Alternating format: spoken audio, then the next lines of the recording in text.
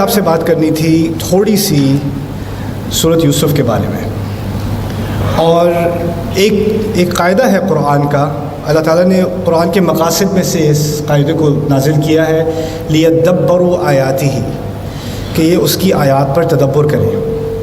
تدبر لفظ جو ہے وہ دبر سے نکلا ہے، دبر پیٹھ کو کہتے ہیں، یعنی کہا یہ جا رہا ہے کہ کبھی کوئی بات ہوتی ہے، اس بات کے پیچھے کچھ اور ہوتا ہے۔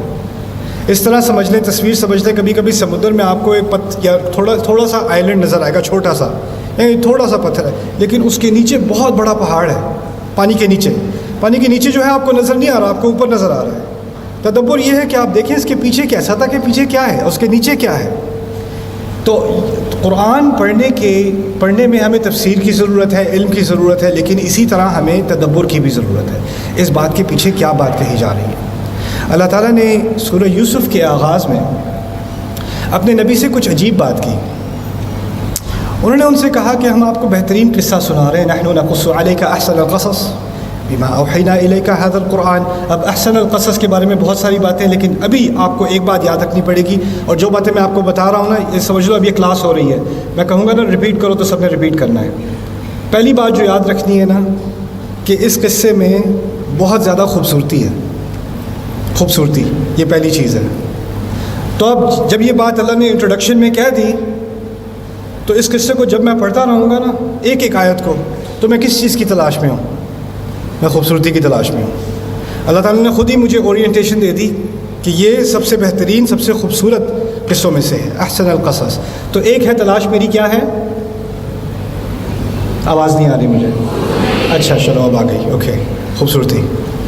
دوسری چیز، عجیب بات کہی ہے اپنے نبی سے علیہ الصلوۃ والسلام، وَإِن كُنتَ مِن قَبْلِهِ لَمِنَ الْغَافِلِينَ، اس سے پہلے آپ ان میں سے تھے جو غافل ہیں۔ لیکن ہمارے نبی علیہ الصلوۃ والسلام غافل تو نہیں تھے، غافل تو وہ قرآن کو بھی جانتے ہیں، اپنے انبیاء کو بھی جانتے ہیں، انبیاء کے قصوں کو بھی جانتے ہیں، ابراہیم علیہ السلام کو بھی جانتے ہیں، قصہ آدم کو بھی جانتے ہیں۔ اتنا زیادہ قرآن نازل ہو چکا ہے، اللہ تعالیٰ کے بارے میں جانتے ہیں، قیامت کے دن کے بارے میں جانتے ہیں، دین کی بنیادی تعلیمات جانتے ہیں، جب تک سورہ یوسف نازل ہوئی ہے بہت سارا قرآن نازل ہو چکا ہے۔ تو یہاں غفلت کا کیا مقصد ہے؟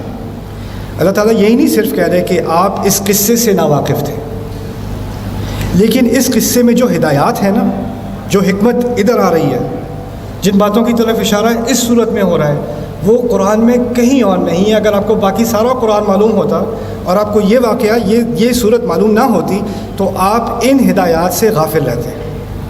جو حکمتیں یہاں ہیں وہ آپ کے پاس نہیں ہیں۔ اب غافل کا لفظ بھی ذرا سمجھ لیں ایک منٹ۔ غافل کا لفظ انگلش میں ہم کہیں گے unaware، لیکن عربی میں غفل اصل میں زمین کے لیے استعمال ہوتا ہے، ارض غفل، زمین کی ایک صفت ہے غفل۔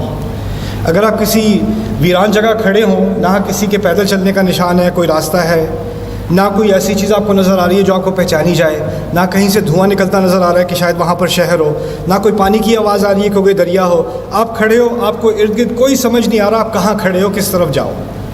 ایسی جگہ جہاں کوئی پہچانی جانی چیز نہ ہو، اس زمین کو غفل کہا جاتا ہے۔ اس لفظ سے جو تصویر نکلتی ہے وہ یہ ہے کہ انسان زندگی میں بہت سارے مرحلوں سے گزرتا ہے۔ آپ سارے جو یہاں بیٹھے ہوئے ہو، آپ کی زندگی میں کوئی نہ کوئی ڈرامہ چل رہا ہے، کوئی نہ کوئی مشکل چل رہی ہے، کوئی نہ کوئی سٹریس، کوئی ڈپریشن آپ کو ہے، کسی نہ کسی کی بات آپ کے ذہن میں گھومتی رہتی ہے۔ آپ کسی مصیبت میں پھنسے ہوئے ہو۔ جب آپ پھنسے ہوتے ہو تو آپ کو اصل میں اندازہ نہیں ہوتا کہ آپ کہاں کھڑے ہو، جس مقام پہ آپ کھڑے ہو اس کو کیسے سمجھنا ہے۔ اللہ تعالیٰ نے اس بات کی طرف اشارہ کیا ہے کہ ہمارے نبی جس مقام پر کھڑے ہیں، جس مرحلے سے وہ گزر رہے ہیں، ان کو ابھی پہچان نہیں ہے حقیقت کی کہ ان کے ارد گرد جو چیزیں ہیں ان کو صحیح طرح سے کیسے سمجھنا ہے۔ اس صورت کے ذریعے ان کو وہ چیزیں سامنے نظر آنی شروع ہو جائیں گی۔ تو پہلی بات تھی خوبصورتی، دوسری چیز ہے پہچان، اصل پہچان حقیقت کی۔ یہ دو باتیں اللہ تعالیٰ نے یوسف علیہ السلام کے قصے کی ابتدا میں کر کے ہمارا ذہن تیار کر دیا۔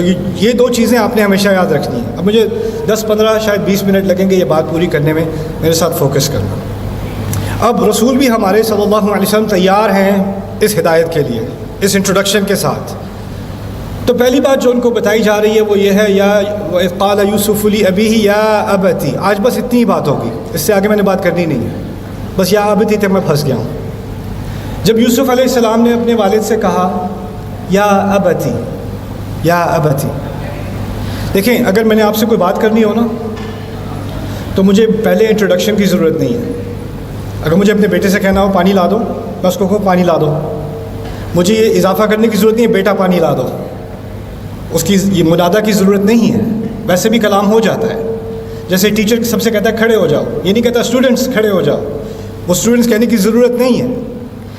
لیکن یہاں ہمیں پتہ ہے قرآن میں کوئی چیز ایکسٹرا ہوتی نہیں، ہر چیز کا مقصد ہوتا ہے. بچہ اپنے والد کے پاس آ رہا ہے اور اپنے والد کے پاس آ کے یہ بھی نہیں کہتا یا ابھی، میرے ابا، ڈیڈ، یہ نہیں کہتا، کہتا ہے یا ابتی. اتا، امام راضی اور مفسرین نے اس کی طرف اشارہ کیا ہے کہ اتا تشیر الی الحب والاکرام. یعنی اردو میں تو بہت ہی زیادہ محاورے والا ترجمہ ہوگا. کسی نے مجھے کہا پچھلے 2-3 دنوں میں انہوں نے کہا میں نے آپ کی اردو کا لیکچر سنا تھا، آپ اپنی امی سے بات کر رہے تھے، لگ رہا تھا کوئی پرانے زمانے کے نواب بول رہے ہیں. میں نے پرانی اردو ہی سیکھی ہے، میں کیا کروں، جو آتی ہے وہی بولوں گا. لیکن خیر، میں چاہتا ہوں کہ آپ عام زبان میں اس بات کو سمجھ لیں. یا ابتی میں 2 باتیں ہیں. ایک تو آپ نے ابو کو پکارا ہے. آپ لوگ ابو کو کیسے پکارتے ہو، کس لفظ سے پکارتے ہو؟ ابو، بابا، پاپا. کچھ لوگ ڈیڈی کہتے ہیں، ذرا ویئرڈ ہوتا ہے لیکن کہتے ہیں. امریکہ میں ڈیڈ کہتے ہیں، بھائی ڈیڈ. آئی کال ہم پاپا. جو تا ہے نا اس کا میں ترجمہ انگلش میں پتہ ہے کیسے کروں گا؟ ڈیڈ آئی لو یو، پاپا آئی لو یو. محبت کا بھی تو ترجمہ کرنا ہی پڑے گا نا، تا تو ہے وہاں پر. تو اردو میں آپ کرو گے ترجمہ میرے پیارے ابا جان، لیکن وہ تو لگتا ہے جیسے خط لکھا ہوا ہے کسی نے. آپ گھر پہ ایسی بات نہیں کرتے، گھر میں ابو کے ساتھ بیٹھ کے میرے پیارے ابا جان. کہ تمہیں کیا ہو گیا ہے؟ لیکن یہ بات ہمیں ذرا رک کے سوچنی پڑے گی کہ ایک بچہ جو اپنے ابو سے بات کرنے لگا ہے، بات کرنے سے پہلے کہتا ہے ابو مجھے آپ سے بہت پیار ہے، اس کے بعد بات کرنے لگا ہے. اور یہ پہلا درس ہے قرآن کا رسول کے لیے صلی اللہ علیہ وسلم، اس کے بعد ہمارے لیے جو اس صورت میں نازل ہوا ہے. ابھی آگے جانے سے پہلے میں نے کہا تھا نا تدبر کیا ہوتا ہے، اس کے پیچھے کیا ہے، تو اس پہ بھی تھوڑا سا تدبر کر لیتے ہیں، اس کے پیچھے کیا ہے.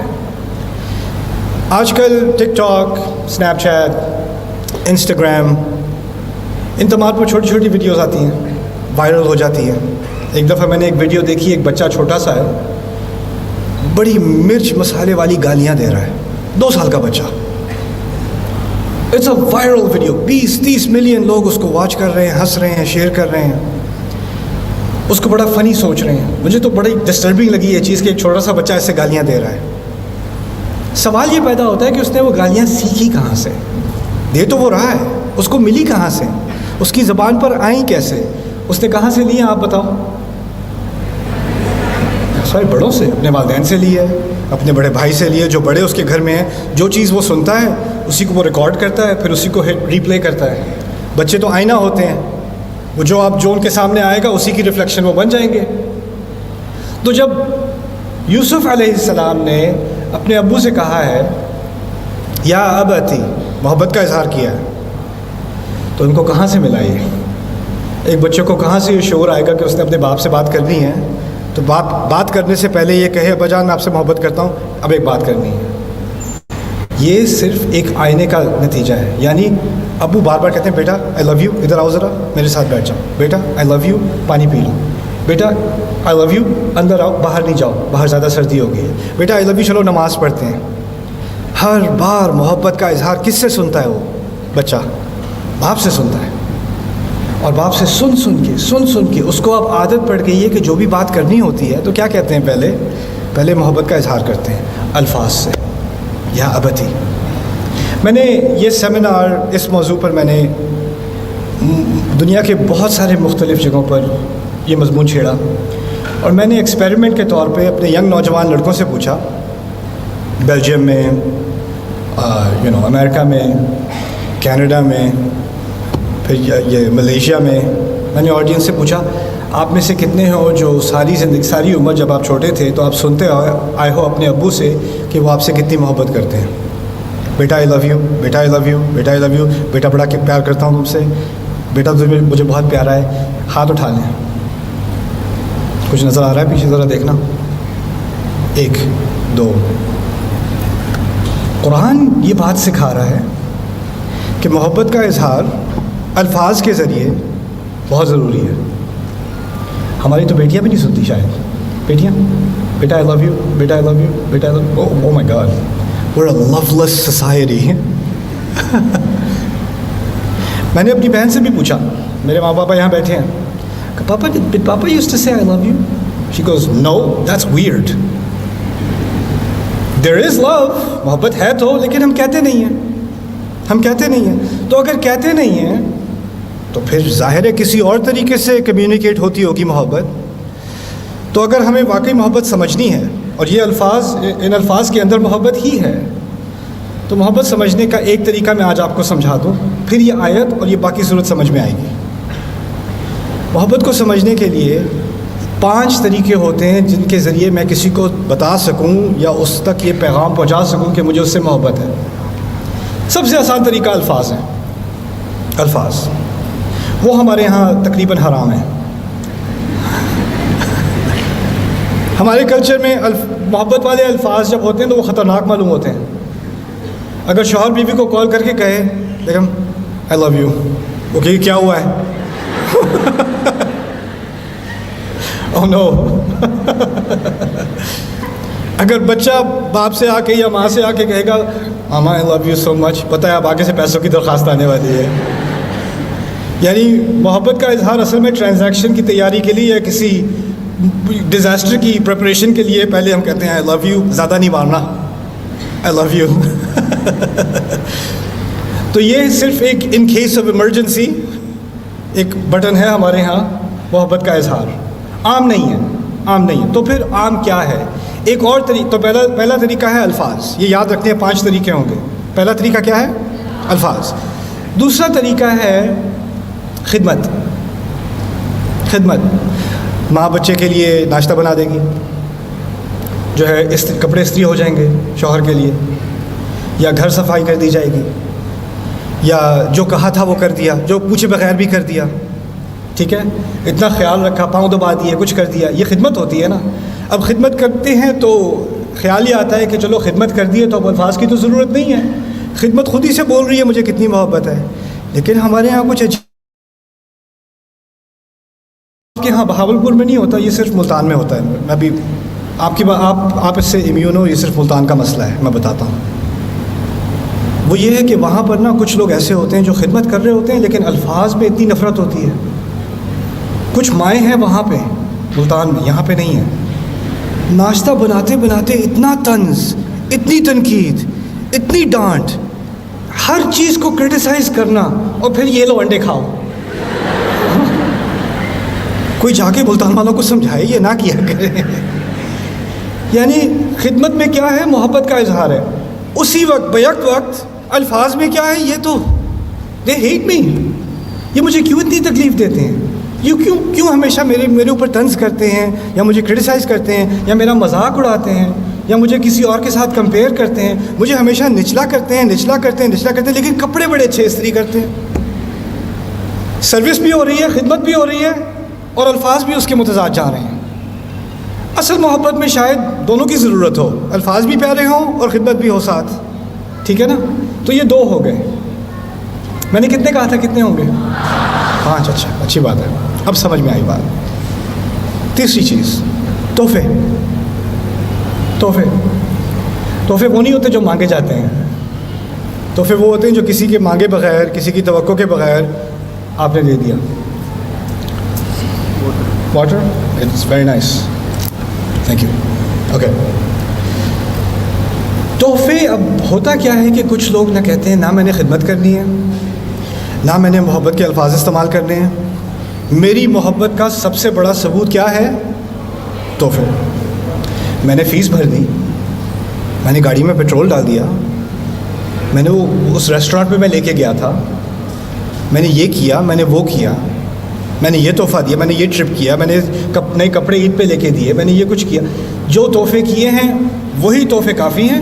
اور جب کوئی جھگڑا ہوتا ہے تو آپ تو لگتا ہے مجھ سے محبت ہی نہیں کرتا. اچھا محبت نہیں کرتا تو وہ کس نے پے کیا تھا، وہ کس نے کیا تھا، وہ کس نے کیا تھا؟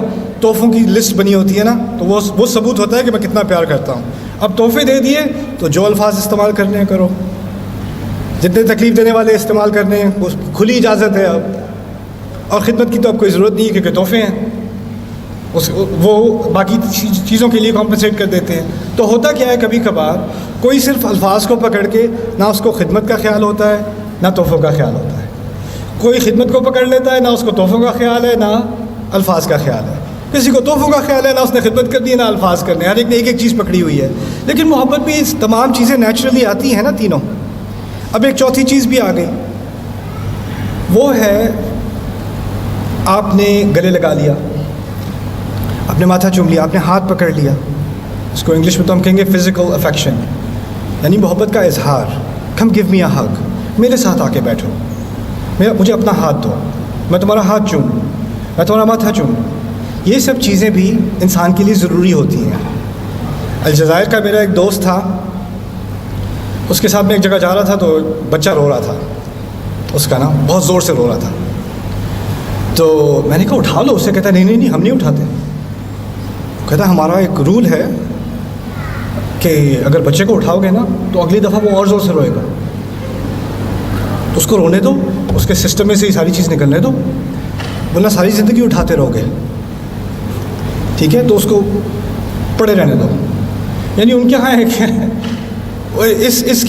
اس رول کے ذریعے انہوں نے بچے کو سکھا دیا ہے کہ ماں باپ نے مجھے اٹھا کر گلے لگا کر تسلی دے کر محبت دے کر مجھے یہ کمفرٹ اپنے پیرنٹس سے نہیں ملنی، یہ ملنی ہی نہیں مجھے. اور ان کا یہ فارمولا یہ ہے کہ اس طرح وہ چیخے چلائے گا کم یا روئے گا نہیں.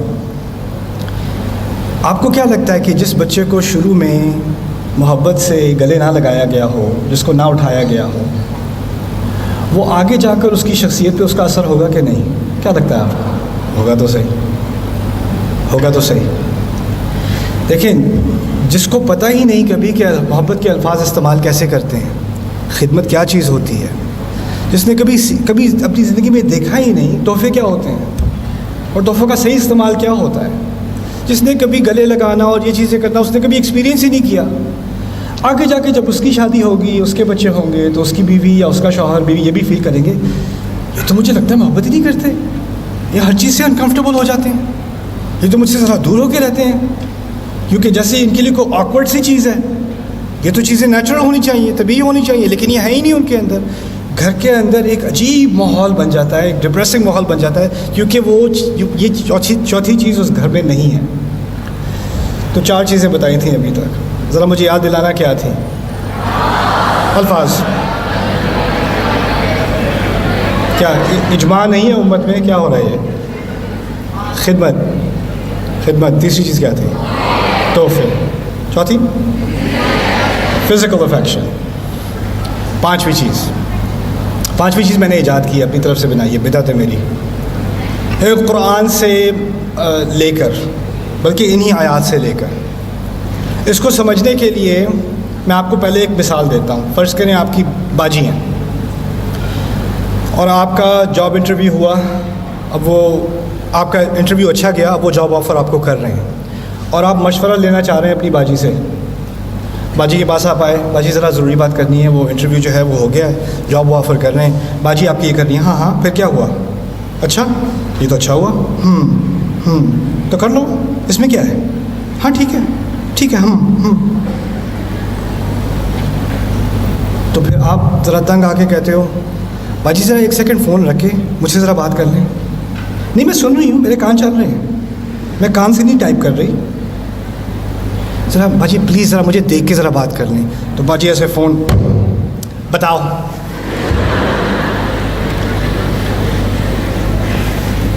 یہ ہوتا کیا ہے؟ کسی کے دل میں آپ کے لیے جگہ نہیں ہے اس وقت، اس کا دل کہیں اور لگا ہوا ہے. اور اگر زبردستی آپ اپنے لیے جگہ نکلوا بھی لو، وہ سن بھی لے، دل سے نہیں سن رہے. دل میں جگہ بنانا جو ہے نا، یہ بڑا مشکل کام ہوتا ہے. آپ دیکھیں کہ بہت سارے رشتوں میں آپ کو ایک اور خطرناک مثال دیتا ہوں. میاں بیوی جو ہیں وہ ڈرائیو کر رہے ہیں اکٹھے. تو جو شوہر ہے نا، اس کے دماغ میں کوئی بات آئی ہوئی ہے جو وہ کہنا چاہ رہا ہے بیوی سے، لیکن وہ اس کو پتہ ہے اگر میں کہوں گا تو خیر نہیں ہے. تو ابھی وہ پروسیس کر رہا ہے کہ میں اس کو بتاؤں یا نہ بتاؤں، اس بات کا ذکر کروں یا نہ کروں کہ اس نے جو بات مجھ سے کل کہی تھی اس نے مجھے ہرٹ کیا ہے یا مجھے کوئی تکلیف دی ہے۔ تو وہ سوچ ہی رہا ہے۔ مسئلہ یہ ہے کہ مرد جو ہے اللہ تعالیٰ نے ہمیں کافی معاملوں میں عقل مند بنایا ہے، سوچنے کے معاملے میں تھوڑا بیوقوف بنایا ہے۔ ہماری شکل پہ پتہ چل جاتا ہے کچھ سوچ رہا ہے بندہ، کچھ چھپا نہیں سکتے۔ اور آپ کی بیوی نے پی ایچ ڈی کی ہوئی ہے آپ کی شکل پڑھنے پہ، تو وہ آپ ڈرائیو کر رہے ہو اور آرام سے وہ آپ سے دنیا زندگی کا سب سے خطرناک سوال وہ آپ سے پوچھتی ہے، کیا سوچ رہے ہیں؟ اگر آپ کی بیوی آپ سے پوچھ لے کیا سوچ رہے ہو، اوف ملک الموت، اس وقت اب کہیں سے پھر آپ سوچتے ہو کوئی اور جواب دے دو یار، بچت ہے، کچھ اچھا نہیں، کام پہ آج کل بہت پریشر ہوا ہوا ہے اس کے بارے میں سوچ رہا تھا، ہو بچت ہو گئی، شکر ہے۔ لیکن پھر وہ کہتی ہے نہیں مجھے پتہ ہے کوئی اور بات ہے۔ او ہو آپ بتا دیں، دیکھیں اللہ نے قرآن میں کہا ہے کہ آپ میرا لباس ہیں اور میں آپ کا لباس ہوں۔ آپ اس رشتے کو اللہ نے تسکین کے لیے، سکون کے لیے بنایا ہے، لِتَسْكُنُوا إِلَيْهَا۔ اس کو ساری آیات بھی یاد ہیں، بیوی کو پریکٹس کر کے آئی ہے وہ کہتی ہے کہ دیکھیں اگر آپ مجھ پہ ٹرسٹ نہیں کر سکتے، آپ مجھ سے ہر چیز شیئر نہیں کر سکتے اور میں آپ سے ہر چیز شیئر نہیں کر سکتی، تو پھر اس رشتے کا فائدہ ہی کیا؟ اس کی تو بنیاد ہی یہ ہے کہ آپ مجھے دل کی کوئی بھی بات بتا سکتے ہو، میں سننے کو تیار ہوں، میں سنوں گی، میں آپ کے لیے سیف ہوں۔ مجھ سے زیادہ آپ کی بات کی حفاظت، آپ کے دل کی حفاظت کون کرے گا؟ اور آپ سے زیادہ میرے دل کی حفاظت کون کریں گے؟ اس نے بیوی نے آپ کو بڑی زبردست تقریر کی اور اس تقریر کے جوش میں آ کے آپ نے کہا ہاں ٹھیک ہے میں بتا ہی دیتا ہوں۔ تو پھر ہمت کر کے آپ نے منہ کھول لیا اور بتا دیا کہ اصل میں بات یہ ہے کہ پچھلے ہفتے جو ہوا تھا نا اس کے بارے میں سوچ رہا تھا یہ وہ، تو آپ نے وہ بات کر دی جو بھی بات تھی۔ اب آپ کیونکہ ڈرائیو کر رہے ہو، آپ کی نظریں سڑک پر ہیں، آپ کو نہیں پتہ وہاں شکل پہ کیا ہو رہا ہے، تو آپ ریئر ویو میں چیک کر کے دیکھنا چاہ رہے ہو کہ ابھی ٹیمپریچر بدلا کہ نہیں۔ تو 2-3 منٹ کی خاموشی کے بعد وہاں سے آواز آتی ہے، یہ بات تھی آپ کے دل میں، اس طرح سوچتے ہیں آپ، مجھے تو پتہ ہی نہیں تھا کہ آپ ایسا کریں، میں نے نہیں جانا، واپس گھر لے جائیں مجھے، آپ اکیلے جائیں، مجھے نہیں بات کرنی۔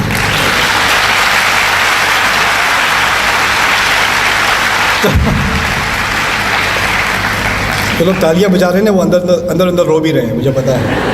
تو خیر، اب شوہر نے کیا سیکھا اس پورے ایڈونچر سے؟ اس نے سیکھا یہ کہ جب اس نے مجھ سے وعدہ کیا تھا کہ اس کے دل میں میری بات کی جگہ ہے اور وہ اس کو سنے گی، لیکن اس کی وجہ سے وہ ڈیفینسو نہیں ہوگی، وہ اس کو یہ نہیں سمجھے گی کہ میں اس پہ حملہ کر رہا ہوں، اس کو سمجھنے کی کوشش کرے گی اور وہ میرے نقطۂ نظر سے بات کو سمجھنے کی کوشش کرے گی۔ اس کو رأفہ کہتے ہیں عربی میں، رأفہ، انگلش میں اس کو کہتے ہیں empathy, to understand something from someone else's point of view. رسول صلی اللہ علیہ وسلم کی بڑی بڑی نشانیوں میں سے، ان کی بڑی خصوصیات میں سے ہے بالمؤمنین رؤوف الرحیم۔ رأفہ جو ہے اگر آپ کے گھر میں نہیں ہے تو ہم کہتے ہیں ہمیں سنت کا بڑا اہتمام ہے، اتنی عظیم سنت ہے ہمارے نبی کی علیہ الصلوۃ والسلام رأفہ، کہ وہ رؤوف تھے، یعنی وہ کسی اور کی تکلیف کو اس کے نقطۂ نظر سے سمجھنے کے لیے تیار تھے۔ یعنی اچھا آپ کو یہ برا لگا تو مجھے یہ برا لگا تھا، اچھا یہ جو آپ نے کیا ہے نا یہ تو کچھ بھی نہیں ہے اس مقابلے میں جو آپ نے میرے ساتھ کیا ہے۔ وہ پھر وہ ایک ٹیبل ٹینس میچ شروع ہو جاتا ہے نا، پھر وہاں سے فائرنگ، پھر یہاں سے فائرنگ، پھر وہاں سے فائرنگ۔ اب جب اس بیوی کو برا لگا اور اس نے وہ بات کہہ دی، وہ پہلے تو کہہ رہی تھی آپ مجھے کچھ بھی بتا سکتے ہیں، پھر پتہ چلا کہ اس کے دل میں اس بات کو برداشت کرنے کی صلاحیت نہیں ہے، تو شوہر نے کہے بغیر ایک بڑا عظیم درس اپنے لیے سیکھ لیا۔ اس نے ایک ہدایت لے لی اپنے لیے، میری بیوی کچھ چیزوں کے بارے میں اس کے دل میں میرے لیے جگہ نہیں ہے، وہ باتیں میں اس سے آئندہ نہیں کروں گا، کیونکہ اگر کروں گا تو یہ ہوگا یا اس سے زیادہ ہوگا۔ اب اس بیوی نے اس شوہر کو سکھا دیا ہے کہ اب آپ میرے بارے میں جو یہ باتیں آپ کے دل میں ہیں نا، یہ آپ دل میں ہی رکھا کریں، یہ میرے سامنے نہ کریں، مجھے اس کی ٹالرنس نہیں ہے۔ اور یہ دوسری طرف بھی ہوتا ہے، بیوی ہو سکتا ہے شوہر سے کوئی بات کرے کانفیڈنس میں اور وہ پھٹ جائے۔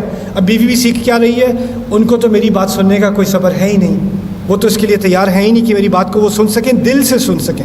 یہاں صرف غور سے سننے والی بات نہیں ہو رہی، دل میں جو جگہ بنائی جاتی ہے نا، غور سے سننا تو آسان ہے، ابھی آپ میرے لیے غور سے سن رہے ہو، یہ تو آسان ہے، طالب علم کلاس میں بیٹھا غور سے بات سن رہا ہوتا ہے۔ دل میں کسی کی بات کے لیے جگہ بنانا بہت مشکل کام ہوتا ہے، کیونکہ اس میں شاید آپ کو اپنی انا پر بھی کوئی دھبا لگے، کوئی ہٹ لگے کہ اس میں تو میری تنقید بھی ہے۔ تو یہ جب جگہ نہیں بنتی نا، اور شوہر سیکھ جاتا ہے کہ میری بیوی کے دل میں اس کے لیے جگہ نہیں ہے، تو انسان کا مسئلہ یہ ہے کہ جو دل کی بات ہوتی ہے اس نے کسی نہ کسی سے کرنی ہوتی ہے، کرنی تو ہے اس نے.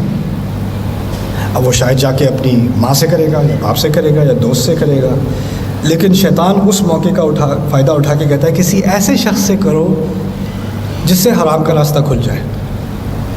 کہیں اور انسٹاگرام پہ کوئی نہ کوئی تو ہوگا جو کہے گا دل کی کشادگی _XX5، میں سننے کو تیار ہوں.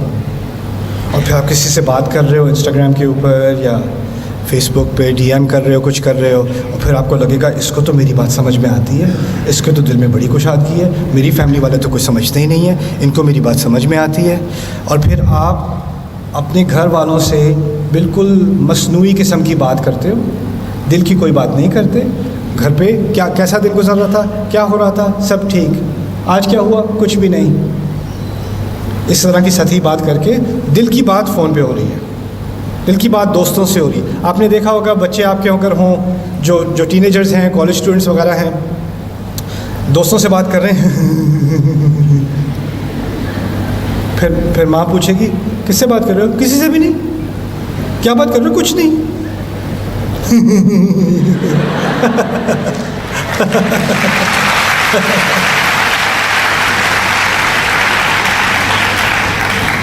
پانچویں چیز ہے دل میں اسپیس بنانا.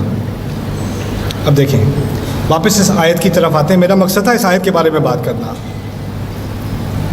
اس آیت میں اللہ تعالیٰ نے ایک بچے کو، یوسف علیہ السلام کو، اتنا کمفرٹیبل بنایا ہے کہ وہ اپنے ابا کے پاس جا کے اس نے ایک خواب کی بات کرنی ہے. لیکن خواب کی بات کرنے سے پہلے وہ اپنے والد کو اویئر کرنا چاہتے ہیں، ان کو آگاہ کرنا چاہتے ہیں کہ یہ بات ذرا ضروری ہے، مجھے آپ کے دل کی ذرا پوری کمپلیٹ سپیس چاہیے. ابھی آپ کسی بھی کام میں مصروف ہوں اس کو پاز کر دیں، مجھے آپ کی مکمل اٹینشن چاہیے اور آپ کے دل کی کشادگی کی ابھی مجھے ضرورت ہے. جب انہوں نے یہ سپیس دی تو انہوں نے کہا انی رأیت 11 کوكبا والشمس والقمر رأیتهم لی ساجدین. اب دیکھیں ہم نے اپنے کلچر میں پہلے تو یہ کیا ہے کہ بچوں کے ساتھ ہم کہتے ہیں کہ بچوں سے سختی نہ کرو تو وہ بگڑ جاتے ہیں، بچوں سے سختی نہ کرو تو وہ بگڑ جائیں گے. تو کچھ نہ کچھ تو ہونا چاہیے معاملہ. دوسرا یہ کیا ہے کہ بیچارہ جو باپ ہے وہ کام پہ جاتا ہے، پیچھے ماں کو سٹریس لگی ہوئی ہے، وہ برتن بھی صاف کر رہی ہے، گھر کا کام بھی کر رہی ہے، یہ بھی کر رہی ہے، بچہ بھی شور مچا رہا ہے. تو ماں کے پاس اس کی ہتھیاروں میں سے ایک ہتھیار یہ ہوتا ہے تیرے ابا آئیں گے نا تو اس کو بتاؤں گی. تو ابا کو غصہ آتا ہو یا نہ آتا ہو، ابا اس امید میں ہو کہ گھر آؤں گا تو بچوں کو گلے لگاؤں گا، لیکن اس کے گھر آنے سے پہلے ہی بچے کے دماغ میں کیا ہے، ابا جو آ رہے ہیں نا وہ ایکسیکیوشنر آ رہا ہے گھر پہ، پولیس والے پہنچ گئے ہیں تو اب باپ کو بھی عجیب کہ بچے گلے لگا کے فوراً بھاگ جاتے ہیں، دور رہتے ہیں، ڈرتے رہتے ہیں باپ سے. اور کبھی کبھی ایسے باپ بھی ہوتے ہیں جو اس ڈر کو وہ انجوائے کرتے ہیں. ہاں کیا کیا تھا آج، ورنہ باہر اپنے کالگ سے بات کریں گے، سر کیا حال چال ہے آپ کے، ٹھیک ہے بالکل ٹھیک ہے، ہاں جی ٹھیک ہے. پھر گھر پہنچے، ہاں کریم کیا کر رہے ہو، ایک ہی بندہ اس کی ساری ٹون بدل جاتی ہے. جو خوبصورت ہدایت اللہ تعالیٰ نے یہاں پر دی ہے نا، اب اس کے اثرات کو سمجھنے، آخری بات ہے میری، پھر میں آپ کے سوال لوں گا انشاءاللہ. 5 جو محبت دکھانے کے طریقے ہیں، اس میں سے جو 5واں ہے نا، وہ اگر نہ ہو تو باقی کے 4 بیکار ہو جاتے ہیں. یہ سمجھ لینا، باقی کے 4 بالکل بیکار ہو جاتے ہیں. اگر آپ کو اندازہ ہو جائے کہ آپ کی مدر یا آپ کے فادر آپ کی بات سمجھ نہیں سکتے یا اس کو ٹالریٹ وہ کر ہی نہیں سکتے، تو وہ جتنا بھی کہتے رہیں میں بڑی یاد آتی ہو، بڑی محبت ہے تمہیں، جتنے بھی تحفے دے دیں، جتنی بھی خدمت کر لیں، جتنے بھی گلے لگا لیں، ایک بہت بڑی کمی رہے گی. اصل محبت اس انسان سے ہوتی ہے جس کے دل میں آپ کے لیے جگہ ہے، جس کے دل میں جگہ ہے. پھر ان باقی چیزوں کے پیچھے کچھ معنی بھی ہوتا ہے، ورنہ وہ ساری چیزیں آرٹیفیشل ہو جاتی ہیں. چاروں کی چاروں ہوں. ہماری کتنی ساری فیملیز میں تحفے بھی دیے جا رہے ہیں، گلے بھی لگائے جا رہے ہیں، خدمتیں بھی کی جا رہی ہیں، لیکن دل میں محبت کا احساس نہیں ہوتا. کتنے لڑکے لڑکیاں مجھے آ کے کہتے ہیں مجھے تو لگتا ہے میری فیملی مجھ سے پیار ہی نہیں کرتی، مجھے تو بوجھ سمجھا ہوا ہے، میں تو بس ڈس اپوائنٹمنٹ ہوں، میرے ابو کبھی مجھ سے خوشی نہیں ہوتے. جب بھی بات کرتے ہیں تو اس کی چیز کی بات کرتے ہیں کہ جو میری ناکامیاں ہیں اسی کا ذکر کرتے ہیں, میری کسی کامیابی پہ خوش نہیں ہوتے. Nothing is ever good enough. تو ہم نے ایک ایسی انوائرمنٹ بنا دی اپنے گھروں میں. اب اس کا اثر کیا ہوگا یہ سمجھ لیں. یوسف علیہ السلام بچپن کی عمر میں ان کے ایک ہی ان کے اوپر جو مربی تھے, ان کے جو ان کی تربیت کر سکتے تھے, جو ان کی اصلاح کر سکتے تھے, وہ ان کے والد صاحب ہیں. اللہ تعالیٰ نے اس بچے کو ایسے ہولناک احوال سے گزارا ہے. اس کے اپنے بھائی اس کو مار مار کے کنویں میں پھینک رہے ہیں. کوئی غیر اس کو نکال کے رحم کرنے کے بجائے اس کو بوریوں کے تلے چھپا کے اس کو بچوں کے بازار میں لے کے جا رہے ہیں جہاں بھیڑ بکریاں بیچتے ہیں, اور انہیں کی طرح ان سے برتاؤ کیا جاتا ہے.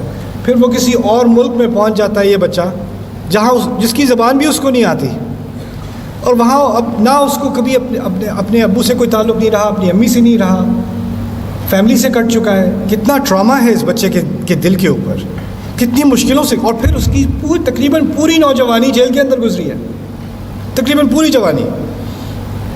سوال یہ پیدا ہوتا ہے کہ وہ کون سا اثر تھا, وہ کون سی ایک چیز تھی جو یوسف علیہ السلام کے دل میں ایسی زبردست تھی کہ ان کا ماحول جتنا بھی خراب ہو, جتنا بھی ڈپریسنگ ہو, جتنی بھی مشکلوں میں وہ پڑیں, ان پر اس کا اثر نہیں ہوتا. وہ پھر بھی امیدوار رہتے ہیں. ذالک من فضل اللہ علینا, جیل کے اندر کہہ رہے ہیں اللہ تعالیٰ کے فضلوں میں سے ہے ہمارے اوپر. جیل میں بیٹھ کے کون کرتا ہے اللہ کا بڑا کرم ہے, کون کہتا ہے؟ کیسے ان کا یہ آؤٹ لک بنا؟ کیسے یہ بنا؟ ایسے کہ جس باپ نے یہ دروازہ کھولا تھا نا کہ وہ آپ سے محبت کا اظہار 5 طریقے سے, جس کی طرف ہلکا سا اشارہ کر دیا, اور آپ ان سے محبت کا اظہار کر سکتے ہو. ایک دفعہ وہ محبت آ جائے, اس کے بعد جو ہدایت دی جاتی ہے نا, وہ 1-2 الفاظ بھی ہوں, وہ ساری زندگی اس بچے کے ساتھ رہیں گے. اس بچے کو بار بار تقریر کرنے کی ضرورت نہیں ہے. آپ لوگ فیملی میں کہتے ہو, میں تو اپنے بیٹے سے کہتی رہتی ہوں نماز پڑھ نماز پڑھ نماز پڑھ, وہ پڑھتا ہی نہیں. میں تو اتنا کہتی ہوں یہ کرو یہ کرو یہ کرو, وہ کرتے ہی نہیں. میں اپنے بیٹے سے کہتا ہوں, اپنی بیٹی سے کہتی ہوں, اپنے شوہر سے کہتی ہوں, سنتے ہی نہیں. سنتے اس لیے نہیں ہے کہ دروازہ نہیں کھلا ہوا ابھی دل کا, آپ نے اسپیس نہیں بنائی. آپ کو سنوانا ہے, سننا نہیں ہے. اگر سنوانا ہوتا ہے نا تو پھر پہلے سننا پڑتا ہے, اور دل سے سننا پڑتا ہے. یہ چھوٹی سی ہدایت قرآن نے دی ہے, اس سے زندگی بہت خوبصورت ہو سکتی ہے. اور ہو سکتا ہے ہم بھی اس معاملے میں غافل تھے, اس معاملے میں ہم اپنی فیملی میں, اپنی سوسائٹی میں غافل تھے. اور اگر یہ نہیں ہوگا تو کیونکہ ہماری ینگ جنریشن کو بہت ساری مشکلات کا سامنا کرنا ہے نا, بہت سارے پریشرز ہیں ان کے اوپر. اب کیا کرتے ہیں, وہ ان پریشرز کے اندر وہ گر جاتے ہیں, پھسل جاتے ہیں, غلطی ہو جاتی ہے. جب غلطی بھی ہو جاتی ہے, دوستوں کو بتا دیں گے, کسی اور کو کسی غیر کو بتا دیں گے, گھر میں کبھی کسی کو نہیں بتائیں گے, کیونکہ گھر میں وہ برداشت نہیں ہے. گھر میں یہ ماحول نہیں ہے کہ اگر گرے ہو بیٹا تو چلو میں تمہیں دوبارہ اٹھا لوں, میں تمہاری مدد کر دوں. وہ رفع کہاں پہ گئی؟ یہ یا ابتی, اتنا چھوٹا سا یا ابتی, اس پہ ہی انسان تدبر کر لے تو شاید پوری زندگی, پوری فیملی کی زندگی, آنے والی نسلوں کی زندگی خوبصورت بن جائے. جزاکم اللہ خیرا, بارک اللہ لی ولکم فی القرآن الحکیم, ونفعنی وإیاکم بالآیات والذکر الحکیم. السلام علیکم ورحمۃ اللہ وبرکاتہ.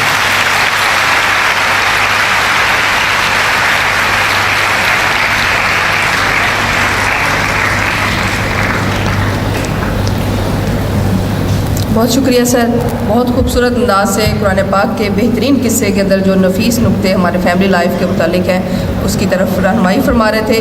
اسٹوڈنٹ سے میں ویلکم کروں گی, کوئی کویسچن ہو اسٹوڈنٹس کے تو kindly raise your hands, mic will be there. Is there any one to convey mic پہنچائیں جی. جو کویسچن پوچھنا چاہ رہا ہے اسٹوڈنٹ آپ اپنا ہینڈ ریز کریں. باقی students please be disciplined, please sit down on your seats.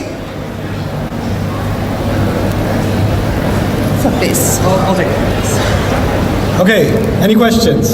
جی وعلیکم السلام. سر ابھی آپ نے جیسے بات کی ہے پیرنٹس کی طرف سے, سر اب تو وہ سارا کچھ ہمارے مائنڈ میں بن چکا ہے, جو ان کا بیہیویئر تھا, جو سب کچھ انہوں نے ہمارے ساتھ کیا. سر اب تو مطلب میں آ گیا 1940s میں ہے, ہمارا انکانشیس مائنڈ اس چیز سے بہت زیادہ جو ہے وہ اسٹک ہو گیا, سب اسٹک ہو گیا کہ ہم اس سے ہل نہیں سکتے. اب ہم ایسا کیا کریں کہ ہمارے اندر وہ چینجنگ آ سکے جو خود یوسف نے. اب جیسے کہ سر یوسف نے اینڈ میں آ کے جب سر یوسف علیہ السلام نے اپنے بھائیوں کو معاف کیا تو اس سے پہلے انہوں نے ایک بات کی کہ ہمارے درمیان شیطان تھا جس نے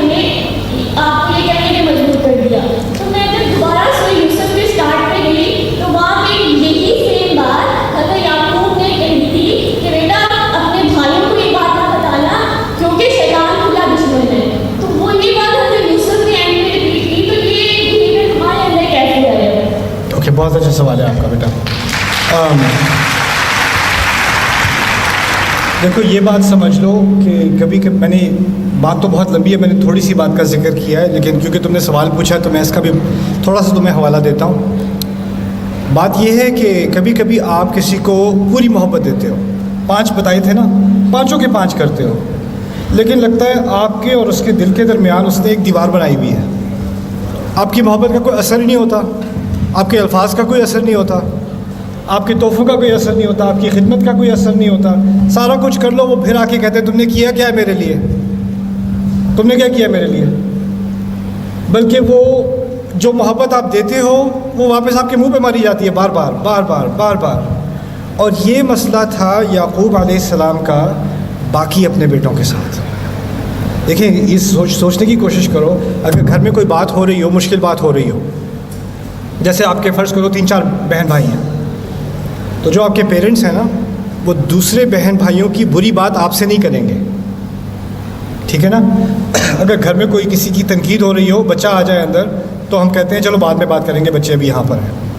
یا بچے سے کہو کہ کہیں اور جاؤ، بڑے بات کر رہے ہیں، کیونکہ کسی کے بارے میں بری بات کہی جا رہی ہے. عجیب چیز یہ ہے کہ یوسف علیہ السلام سے ان کے والد نے یہ کہا کہ تمہارے بھائی تمہارے خلاف بڑی بری اسکیم بنائیں گے، فَيَكِيدُ لَكَ كَيْدًا. پھر شیطان کا بھی ذکر کر دیا. بچے سے کیوں کیا؟ میں پیرنٹ ہوں، میں اپنے بچے سے کبھی ایسی بات نہ کروں کسی اور بچے کے بارے میں. انہوں نے یہ کیسے کر دی؟ یہ اہم سوال ہے اور یہ آپ کے جواب کی طرف جا رہا ہے. دیکھیں کبھی کبھی فیملی میں ایسی سچویشن ہوتی ہے کہ بچوں کو بھی آگاہ کرنا پڑتا ہے خطرے کا.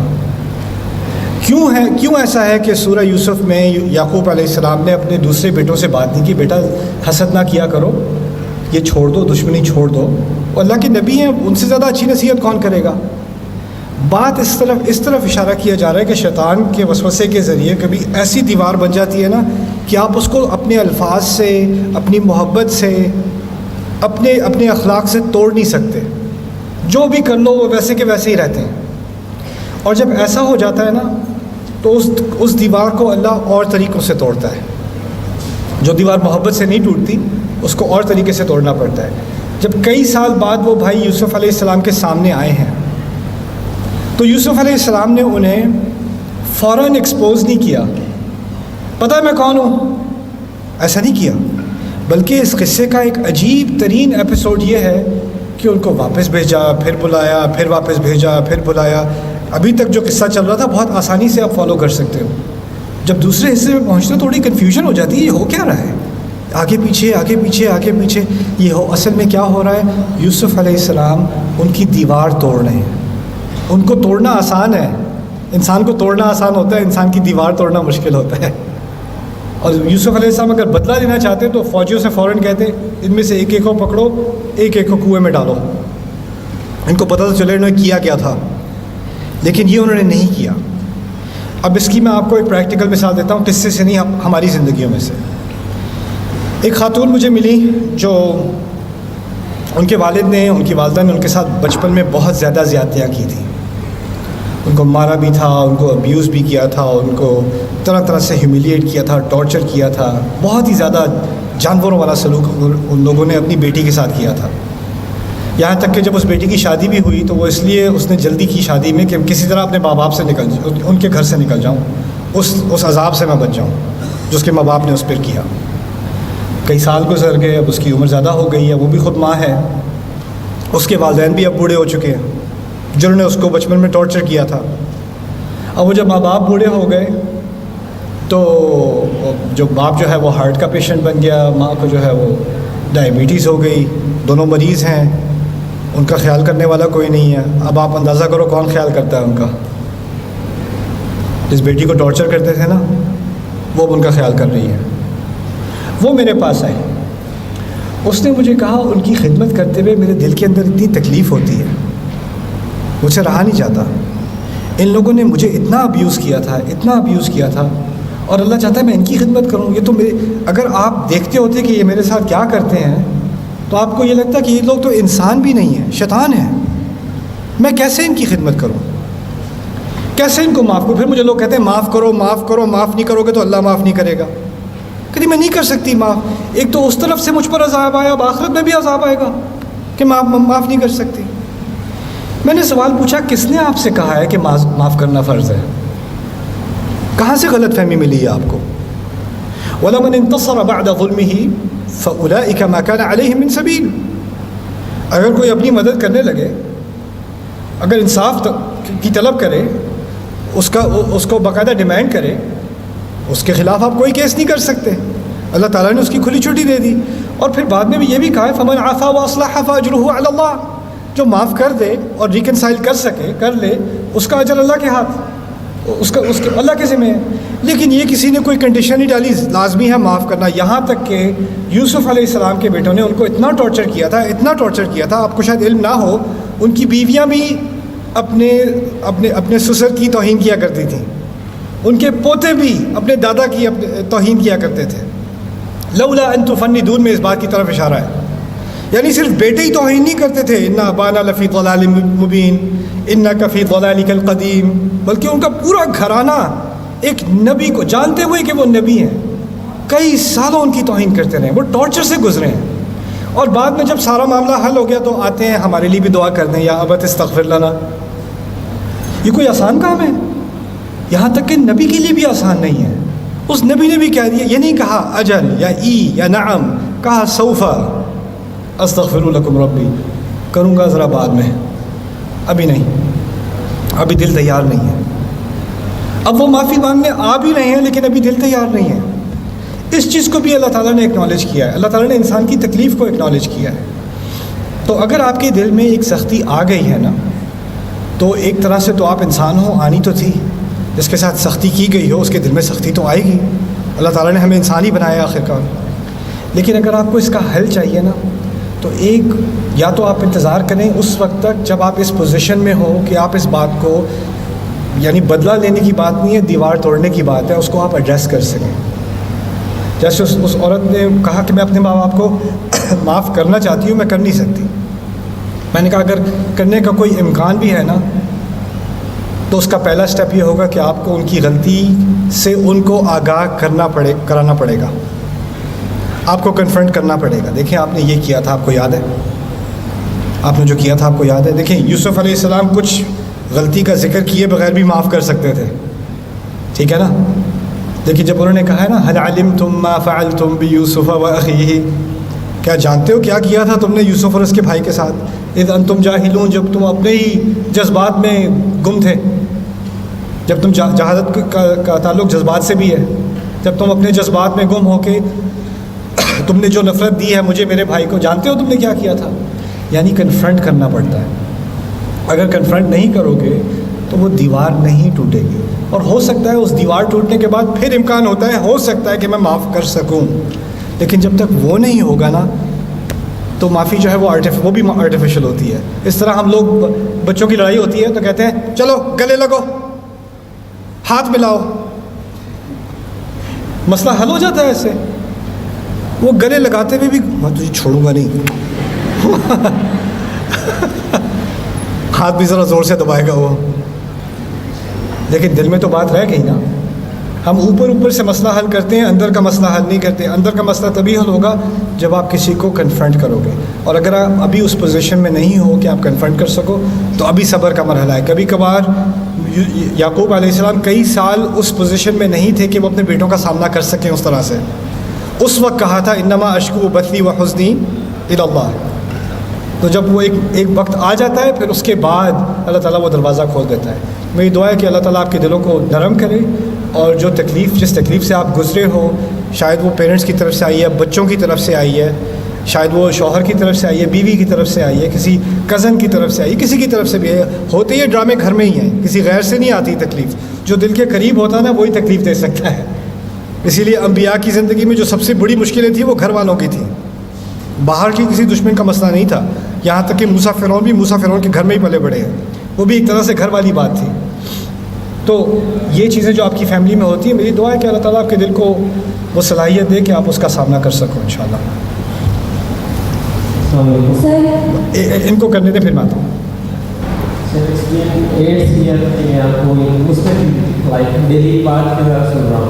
اور اب تو میں آپ کے آئیڈیاز کو اور آپ کے اسٹینڈ پوائنٹ کو بھی سمجھنا شروع ہو گیا ہوں.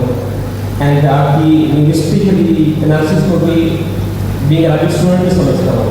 ایک چیز جو پچھلے 8 سال سے میرے ذہن میں چل رہی ہے کہ کبھی آپ ایکسپیکٹڈ تھے کبھی آپ سے ملاقات ہوگی, بٹ ای میل یا وٹ ایور سے پوچھ لو, وہ یہ ہے کہ سر قرآن میں ارادہ اور شاء, خیال میں دوستوں کو بھی آپ آڈر سے سمجھا سکیں اپنے حساب سے, کہ ایک ہے ورڈ ارادہ قرآن میں اللہ کے لیے اور ایک ہے ورڈ شاء. ان دونوں میں سے امپلیمنٹ کا تعلق کس چیز سے, کس چیز, کس کا امپلیمنٹیشن کا ہوگا کیا, جو شاء ہے یا وہ جو ارادہ ہے.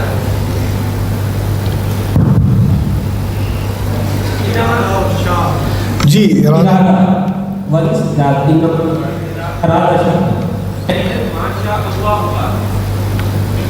یا ماشاء اللہ یا ارادہ, وہ سیپریٹ ورڈز آتے ہیں قرآن یا کہتے ہیں کہ اللہ یہ چاہتا ہے, دونوں کا ترجمہ چاہتا ہے یہ کر لیتے ہیں.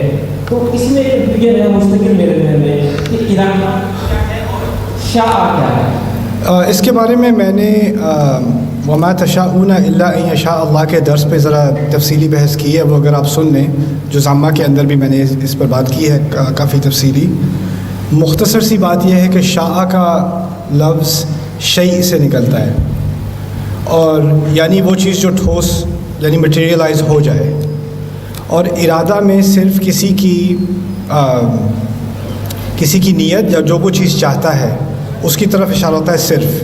تو کچھ علماء شاء کو زیادہ مضبوط سمجھتے ہیں ارادہ کے مقابلے میں. تو جہاں زیادہ مبالغ بات کی جا رہی ہوتی ہے, جہاں زیادہ اسٹریسفل بات کی جا رہی ہوتی ہے, وہاں پر شاء کا لفظ آپ کو مل جائے گا. جہاں ذرا نرم بات کی جا رہی ہوتی ہے, ہو سکتا ہے وہاں پر آپ کو ارادہ کا لفظ مل جائے. لیکن اس کے علاوہ اور بھی کچھ فروق ہیں جو مجھے بھی ذہن میں نہیں آ رہے, لیکن میرے درس میں نے ان سب کا ذکر کیا ہے انشاءاللہ. جزاک اللہ خیر. جی سر میں نے حجاب اسٹارٹ کیا تھا اور پریکٹسنگ نہیں تھی, آئی واز ماڈلنگ. تو جب میں نے حجاب اسٹارٹ کیا 6 مہینے آئی پریکٹسڈ. میں نے پہلی دفعہ زندگی میں اعتکاف کیا, اور اعتکاف کے بعد میرا ارادہ تھا کہ میں فیملی میں بھی اس کو کہوں کہ آئی ڈو نکاح اینڈ حجاب and I will organise it. تو عید پہ یہ ہوا کہ میرے مدر واز ناٹ سپورٹنگ, تو انہوں نے میرا حجاب اور نقاب جو ہے وہ اتروا لیا, اس کو دوپٹہ لے کر تھا انہوں نے, اور مجھے میرے کزن کے سامنے جا کر کھڑا کر دیا. So that moment was very hard reaching for me, اور ابھی تک جو ہے وہ کافی کھٹکتا ہے. دیٹ واز دا مومنٹ وہاں سے ایک کنیکشن ٹوٹ گیا تھا ان کے ساتھ, جی, اور ابھی تک بھی ان سے وہ کنیکشن ڈیولپ ہوئی اور وہ ہمارے کس کوٹ کر رہے ہیں. So what should I do with that? thank you for sharing beta. I know it's difficult, I know.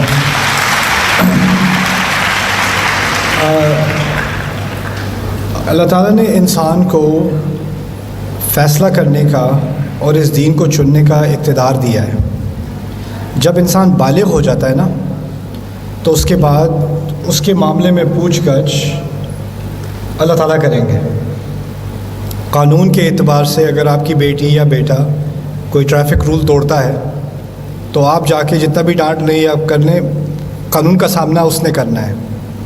آپ کی بیٹی یا بیٹا کوئی گناہ کرے تو اس کا سامنا آپ کو نہیں کرنا بالغ ہونے کے بعد. یہاں تک کہ رسول نے صلی اللہ علیہ وسلم اپنی بیٹی فاطمہ سے بھی کہہ دیا رضی اللہ تعالی عنہ, یا فاطمہ بنت محمد اتق اللہ فانی لا املک لک من اللہ شیئا. ہم کسی پر کنٹرول نہیں کر سکتے. لست علیہم بمسیطر, قرآن نے یہ بات واضح کر دی ہے. ہمارے کلچر میں جو رشتہ محبت کا ہونا چاہیے تھا, کہتے تو ہم اسے محبت ہیں, ہوتی وہ اصل میں کنٹرول ہے, ہوتی وہ کنٹرول ہے. کسی انسان پر کنٹرول کرنا, جو میں کہوں گی وہ تم کرو گے, جو میں کہوں گا وہ تم کرو گے, جیسا میں کہوں گا ویسا تم پہنو گے. زبردستی جبراً ہر معاملے میں زور لگانا, زبردستی لگانا, ڈانٹنا, یہاں تک کہ زبردستی رشتے ہو رہے ہیں جو دین میں جائز نہیں ہے. زبردستی یہاں تک کہ دین کے معاملے میں بھی میں تو کہتا ہوں, اگر آپ زبردستی کرو گے نا, زبردستی نماز پڑھوا لو گے اپنے 18 سال کے لڑکے سے یا اپنی 20 سال کی بچی سے, یا زبردستی پردہ کروا لو گے, یہ دین جن لوگوں کے ہاتھ کیا گیا تھا نا, اور جن لوگوں نے اس دنیا کو بدلا ہے, ان کے ساتھ کبھی دین کے معاملے میں زبردستی نہیں کی گئی. ان کے دل میں کچھ ایسی چیز آ گئی تھی جس سے وہ یہ فیصلہ خود سے کرتے تھے. اور یہ تمام عبادتیں جیسے پردہ کرنا ہے, نماز پڑھنا ہے, جو بھی عبادت ہے, انما الاعمال بالنیات, اگر نیت یہ ہے کہ امی ماریں گی اللہ اکبر, وہ نیت اللہ کی نہیں ہے, وہ نیت تو کسی اور کی ہے. پھر لوگ میں جب بات کرتا ہوں لا اکراہ فی الدین قد تبین الرشد من الغی, دین کے معاملے میں فورسنگ نہیں ہے, آپ کسی کو فورس نہیں کر سکتے. میری بیٹیاں جب ایک عمر کی ہوئیں تو میں نے ان سے صاف یہی بات کی, بیٹا دیکھو اس دین کے معاملے میں اللہ نے مجھے یہ ذمہ داری دی ہے کہ میں تمہیں یہ دین سکھاؤں اور تمہیں یہ تربیت دوں. اس کے بعد 90% تمہاری زندگی ایسی ہوگی مجھے پتہ بھی نہیں چلے گا کہ تم کیا چوائس کر رہی ہو, کس سے بات کر رہی ہو, کہاں جا رہی ہو, مجھے نہیں معلوم. تمہاری زندگی اپنی زندگی ہے تمہاری پوری. اور اس وقت اگر مجھے پتہ ہو یا نہ پتہ ہو اس کا کوئی فرق نہیں پڑنا چاہیے, کیونکہ اصل میں تمہیں مجھے جواب نہیں دینا, اپنے رب کو دینا ہے.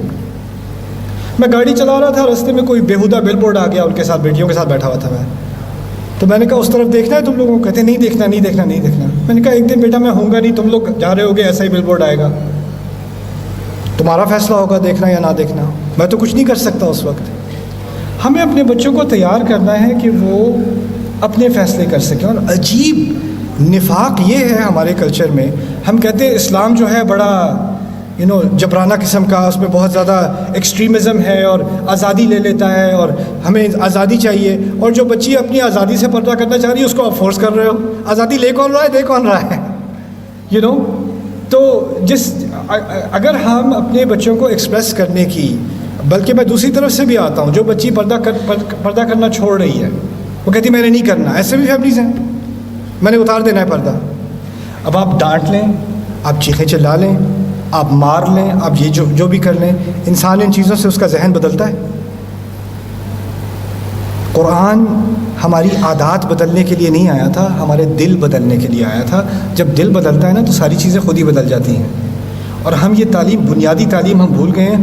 ہمیں بس اوپر کی تبدیلی چاہیے, اندر جو بھی ہو رہا اس سے ہمیں کوئی مطلب نہیں ہے. اوپر سے ایسا ہو جو ہمیں دیکھنا چاہیے, ہمیں ایسا دکھنا ہے. اگر ایسا لگے گا تو ہم خوش ہیں. یعنی ہماری خوشی اب اللہ کی خوشی سے بہت اوپر جا چکی ہے. حقیقت یہ ہے. تو جو بچی پردہ اتارنا چاہ رہی ہے یا جو لڑکا نماز چھوڑنا چاہ رہا ہے, اس کو سمجھنے کے بجائے یہ ہوا کیوں, یہ ہوا کب, کس نے مذاق اڑایا تھا, کس نے کوئی بات کی تھی, کب دل دکھا تھا. وہ ایک دم سے شیطان کے پجاری نہیں ہو جاتے انسان, ایسا نہیں ہوتا. اس کی زندگی میں کچھ ہوا ہوتا ہے جس کی وجہ سے اس کا اثر اس پر ہوتا ہے, اور پھر وہ ایک آہستہ آہستہ ایک فیصلے کی طرف انسان آتا ہے. اور اگر میں نے شروع میں بات کی تھی دل کی کشادگی, اگر وہ ریلیشن شپ ہے ہی نہیں آپ کا, تو آپ جو بچوں میں آپ کی تبدیلیاں آ رہی ہیں وہ سمجھ نہیں سکتے. بہت سارے لوگ ایسے ہیں کہتے ہیں میں نے اپنے بچے کو اسلامی ماحول میں پرورش دی, اس کی فیسیں بھری, اس کو یہ کیا, اس کو خراب ماحول سے جو ہے بچا کے رکھا. پتہ نہیں ایک دم سے اس کو کیا ہو گیا, کتنے لوگ کیا ہو گیا. میں نے کہا ایک دم سے نہیں ہوا سر, یہ ایک دم سے نہیں ہوتا. اس کے دل میں, اس کے ذہن میں سالوں سے بات تھی جو وہ آپ سے کرنا چاہتا تھا, لیکن آپ نے اس کے لیے وہ دروازہ نہیں کھولا. تو اس نے وہ بات اپنے دوستوں سے کی, اس نے وہ بات یوٹیوب سے جا کے سنی اور کسی اور سے کی, اس نے وہ بات انسٹاگرام سے کی, آپ سے نہیں کی. اور آخر کار وہ بات ان باتوں میں اتنا دور نکل گیا کہ اب اس کو ہمت آ گئی کہ دیکھیں آپ کے پاس تو ویسے ہی آپ کے دل میں میرے لیے جگہ نہیں ہے, تو مجھے آپ سے ڈرنے کی کیا ضرورت ہے. اب تو ویسے بھی میں 18 سال کا ہو گیا ہوں. پھر وہ اپنی جو اس کے اندر تھا وہ باہر آ جاتا ہے. تو ہم جب تک اس حقیقت کا سامنا نہیں کریں گے نا, ہم سمجھیں گے پتہ نہیں کہاں یہ جدید کوئی تہذیب جو مغربی تہذیب ہے یہ آ کر ہم پر حملہ کر رہی ہے. نہیں, اس کے حملے کا کوئی اثر نہیں ہونا تھا اگر ہم اپنا کام کرتے ہوتے. یہ ٹرینڈز جو آتے ہیں نا یہ آئیں گے اور جائیں گے. جو ٹرینڈز 80s میں تھے وہ 90s میں نہیں تھے, جو 90s میں تھے وہ 2000s میں نہیں تھے, جو 2010 میں تھے وہ 2020 میں نہیں ہے. یہ ٹرینڈز تو بدلتے رہیں گے. دین اپنی جگہ کھڑا ہوا ہے. دین اپنی جگہ صرف اس وقت کھڑا ہوتا ہے جب دین کی تعلیمات اور اس کی محبت دلوں کے اندر تک پہنچ جائے, پھر وہ کھڑا رہتا ہے. ورنہ ٹرینڈ ادھر جائے گا ہم ادھر جائیں گے, ٹرینڈ ادھر جائے گا ہم ادھر جائیں گے, اور ہم ہلنا شروع ہو جائیں گے. اب اس ٹرینڈ کا کیا جواب دیں, اس ٹرینڈ کا کیا جواب دیں. تو آپ نے جو بات کی ہے اس میں بنیادی بات میں یہ کروں گا کہ اللہ تعالیٰ نے جو آپ کو فریڈم دی ہے نا وہ کوئی نہیں لے سکتا. اور جو دین میں اللہ تعالیٰ نے جو انسان کو عزت دی ہے وہ والدین بھی نہیں لے سکتے, بچے نہیں لے سکتے, شوہر نہیں لے سکتا, بیوی نہیں لے سکتی. اللہ نے عزت دی ہے, کسی کے لینے کی نہیں ہے. وَلَقَدْ كَرَّمْنَا بَنِي آدم. تو جو ریلیشن شپ آپ کا خراب ہوا ہے نا, اس میں آپ کو ذرا ہمت کر کے کھل کے اپنی مدر سے بات کرنی ہوگی. اور اب پہلے جب آپ بات کرو گے نا کھل کے, تو ان کا اردو میں جو اور کوئی محاورات آتے نہیں, ان کا میٹر گھوم جانا ہے. اور نے کیا کہا, اچھا زبان نکل آئی ہے اب, یہ اسلام سکھاتا ہے تمہیں. ہاں, Nafarman, I love that one, that's a very Pakistani drama one, Nafarman, اور پھر ایپیسوڈ ختم ہو جاتا ہے. رائٹ. لیکن اس غصے کے پیچھے پتہ ہے کیا ہے, وہ جو بھڑکتے ہیں نا, وہ اس لیے کہ آپ پیچھے ہو جاؤ. لیکن اب اگر اس بھڑکنے سے آپ ڈرو گے نہیں اور آپ جذبات میں نہیں آؤ گے, آپ نے بات اپنی کرنی ہے جذبات میں آئے بغیر. آپ کے سامنے جو ہو, جس کے جذبات اس کے اوپر نیچے ہوتے رہیں, آپ نے ٹھنڈے رہنا ہے. کیونکہ ہوتا یہ, کوئی اور اپنی آواز اونچی کرے تو آپ بھی اونچی کرتے ہو, پھر وہ اور اونچی کرتے ہیں, پھر وہ اور اونچی. اصل میں وہ چاہتے ہیں کہ آپ جذباتی ہو جاؤ. لیکن اگر آپ ٹھنڈے رہو گے نا, تو تھوڑا غصہ کرنے کے بعد ان کو بھی نظر آنا شروع ہو جائے گا کہ میرے یہ جو میں نے ساری آواز اونچی کی, ڈرامہ کیا, یہی دن دیکھنے تھے مجھے, ہائے ہائے ہائے. وہ سارے دیکھ کے ڈرامے دیکھ کے پریکٹس کی ہوئی آنٹی نے, تو وہ ساری انہوں نے پریکٹس کر لی, اس کا بھی کوئی فرق نہیں پڑا. پھر بھی آپ وہیں پہ کھڑی ہو, جی یہی دن دیکھنے تھے, لیکن بات تو ختم نہیں ہوئی ابھی. تو وہ سارے ڈرامے کرنے کے بعد نا, پھر ان کو اندازہ ہو جائے گا کہ یہ کوئی جذباتی چیز نہیں ہے, یہ آپ کی عقل سے آئی ہے اور آپ اس پر مطمئن ہو. تو پھر ان کو اگلی بات کرنی ہی پڑے گی ایونچولی. کچھ بچے ہوتے ہیں نا جو رونے کا ڈرامہ کرتے ہیں. ایئرپورٹ پہ دیکھا ہوگا آپ نے, جہاز میں بیٹھنے سے پہلے جب آپ کو سننے کو ملے نا, تو آپ کو کہ چلو یہ فلائٹ تو گئی, اور پھر اس کو ایک لالی پاپ پکڑا دو, کیا ہوتا ہے ایک سیکنڈ میں اس کا سارا غم ایسے ہی ہوتا ہے نا. تو جس طرح بچے اپنی ایموشنز کو فیک کرتے ہیں نا, اسی طرح کبھی کبھی جو لوگ کنٹرول کرتے ہیں نا آپ کو, ان کو اپنی ایموشنز فیک کرنی آتی ہیں. ان کو فیک رونا آتا ہے, ان کو فیک چیخنا چلانا آتا ہے, ڈرامے بازی کرنا آتا ہے. اندر سے کچھ نہیں ہو رہا ہوتا, وہ بس آپ کو کنٹرول کرنے کے لیے ہو رہا ہوتا ہے. تو آپ کو اپنے آپ کو کام رکھنا ہے, اور بالکل جذبات میں نہیں آنا ایسی باتیں کرتے ہوئے. اس کے بارے میں بھی کچھ اللہ تعالیٰ نے ہدایات دی ہیں. انشاءاللہ ایک اور مقام پر میں کسی اور موقع پہ اس کے بارے میں بات کروں گا انشاءاللہ. جزاک اللہ. جی where are you? Yes you are here. Okay, high.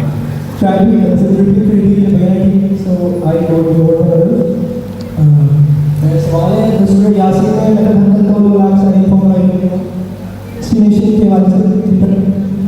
مجھے کچھ سمجھ نہیں آ رہا. آپ ایسا کرو, آپ مائک کو اتنا قریب لانے کے بجائے اس سے تھوڑی کم محبت کرو اور پھر بولو.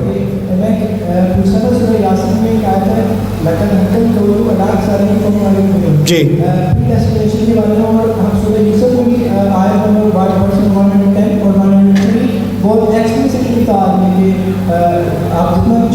وما اکثر الناس ولو حرصت بمؤمنین. نہیں, وہ دونوں ان میں سے کوئی بھی آیت پریڈیسٹینیشن کے بارے میں نہیں ہے. میں بتا دوں, چلے میں بتا دیتا ہوں. لقد حق القول على اکثرهم سے مراد مکے کے قریش ہیں, جن کے بارے میں یہ بات کہی جا رہی ہے کہ اللہ تعالیٰ نے ان کو تمام دلائل دکھا دیے, رسول صلی اللہ علیہ وسلم کی مثال دکھا دی, اور پھر اللہ تعالیٰ نے ان کو ایک الٹیمیٹم دیا اور جگہ پر بھی کہ یہ سب جاننے کے بعد بھی تم نہیں ماننا چاہ رہے, تم نے اپنا فیصلہ کر لیا ہے, ٹھیک ہے. اب اگر تم کسی بات سے کنونس ہو خود ہی, تو کہو تم جو بھی کہہ لو, میں نہیں ماننے والا, جو بھی کر لو تم, جو ہے وہ ہے بس. اور میں تمہارے بارے میں کہوں کہ یہ تو مانیں گے ہی نہیں, میری آبزرویشن تمہارے بارے میں ایکوریٹ ہے. یہ کلام اللہ تعالیٰ کی طرف سے تبصرہ ہے ان کے ایٹیٹیوڈ کی طرف, کہ ابھی وہ آپ پر بھی واضح ہو گیا ہے, اور یہ واضح ہے کہ یہ ایمان نہیں لائیں گے. یہ پریڈیسٹینیشن نہیں ہے, یہ کامنٹری ہے. اس کو ہم ہر اسپیچ کو فلسافیکل سمجھ لیتے ہیں. Speech is sometimes emotional, sometimes is philosophical, sometimes is rhetorical. That's why we have to understand linguistics. جو بات سورۃ یوسف میں کہی جا رہی ہے وہ تو بالکل ہی مختلف ہے. اور یہ جو اس پہ جانے سے پہلے یہاں جو کہا جا رہا ہے نا کہ جو ایویڈنسز آپ دے سکتے تھے، جو آرگیومنٹس آپ پیش کر سکتے تھے، جو ثبوت آپ دے سکتے تھے، وہ سب دیا جا چکا ہے، اور ان پر واضح ہو گیا ہے کہ یہ بات جو آپ کہہ رہے ہیں وہ صحیح ہے. اور اس کے باوجود اب انہوں نے فیصلہ کر لیا کہ سچ ماننے کے باوجود ہم نے نہیں ماننا، نہیں سننا. یہ حقیقت بتائی جا رہی ہے ہمارے نبی کو کہ کچھ لوگ ایسے ہوتے ہیں کہ ان کو سچ پتہ بھی ہونا وہ پھر بھی نہیں مانیں گے، انا کا مسئلہ بنا لیں گے، کوئی اور اپنی غرض کا مسئلہ بنا لیں گے. یہ ان پر ایک سٹیمپ نہیں لگائی جا رہی کہ وہ کبھی بھی نہیں مانیں گے. اور اس کی آگے دلیل کیا ہے؟ ان میں سے بہت سارے لوگ ایسے ہیں جو فتح مکہ کے بعد مسلمان ہوئے، جن کے بارے میں یاسین نے کہا ہے نا فَهُمْ لَا يُؤْمِنُونَ، وہ آگے جا کر مسلمان ہونے والے ہیں بہت سارے. تو ابھی ایک کرنٹ سچویشن کی طرف اشارہ کیا جا رہا ہے کہ وہ فی الحال نہیں مانیں گے. اسی طرح کی بات سورہ یوسف میں کہی جا رہی ہے. دیکھیں سورہ یوسف میں کیوں ہے وہ بات؟ 95% سورۃ یوسف جو ہے وہ یوسف کا قصہ ہے. شروع میں ابتدائی بات اللہ نے رسول سے کی ہے علیہ الصلوۃ والسلام، اور آخر میں رسول سے کی ہے. آخر میں جو بات کی ہے اس کا تعلق بھی کس سے ہے؟ اصل میں وہ ایک جو کنکلوژن ہے نا، وہ اس قصے میں جو چیزیں سیکھی ہیں اس کی بنیاد پر کچھ باتیں کہی جا رہی ہیں، ان کا ربط ہے آپس میں. تو جب کہا ہے وَمَا أَكْثَرُ النَّاسِ وَلَوْ حَرَصْتَ بِمُؤْمِنِينَ کہ اکثر لوگ آپ جتنا بھی چاہیں ایمان نہیں لائیں گے. ان کو کمپیئر کیا جا رہا ہے مکے والوں کو ابھی کس کے ساتھ؟ یوسف کے بھائیوں کے ساتھ. یوسف کے بھائی ان کے تو باپ نبی ہیں، جتنا بھی وہ منوا لیں وہ ماننے کو تیار نہیں، وہ شیطان کے پیچھے. تو اس سب سیکھنے کے بعد نبی سے کیا کہا جا رہا ہے؟ دیکھیں آپ کی صورتحال بھی ابھی یہی ہے نا کہ وہ نہیں مان رہے، آپ جو بھی کر لو نہیں مان رہے. وَمَا أَكْثَرُ النَّاسِ وَلَوْ حَرَصْتَ بِمُؤْمِنِينَ. اسی پیسج میں آپ آخر پہ آ جاؤ، کیا بات کہی جا رہی ہے؟ لِقَوْمٍ يُؤْمِنُونَ. ان آیات میں جو ہدایت ہے اور جو عبرت ہے وہ کس کے لیے ہے؟ ایسے لوگوں کے لیے جو ایمان لے آئیں گے. دیکھیں ایک ہے عربی میں قوم مؤمنین صفہ، وہ اسم فاعل استعمال ہوتا ہے. جب اسم فاعل جب استعمال ہوتا ہے تو آپ ترجمہ کر لیں بے شک ایمان والی قوم، ایمان لانے والے لوگ. قوم یؤمنون جب صفہ مضارع کے حال میں آتی ہے نا تو اس میں ایک نقص آ جاتا ہے یا اس میں استقبال آ جاتا ہے، یعنی ایسے لوگ جو ایمان لانے والے ہیں یا جو ایمان لائیں گے. یہاں قوم مؤمنین نہیں ہے، لقوم یؤمنون ہے. تو انہی آیات میں جن میں کہا فی الحال تو یہ لوگ نہیں مانیں گے، اور یہ اکثر الناس انسانیت کے لیے نہیں تھا، یہ اکثر الناس اس سیاق میں مکے والوں کے لیے. اور پھر اللہ تعالیٰ نے کہا ہے کہ ان میں سے بھی بعد میں لوگ لے آئیں گے. تو یہ پرماننٹ ورڈکٹس ہیں ہی نہیں قرآن کے اندر. ایک جگہ جو مجھے پرماننٹ ورڈکٹ ملتا ہے قریش کے بارے میں وہ ملتا ہے ام ابرموا امرا فانا مبرمون.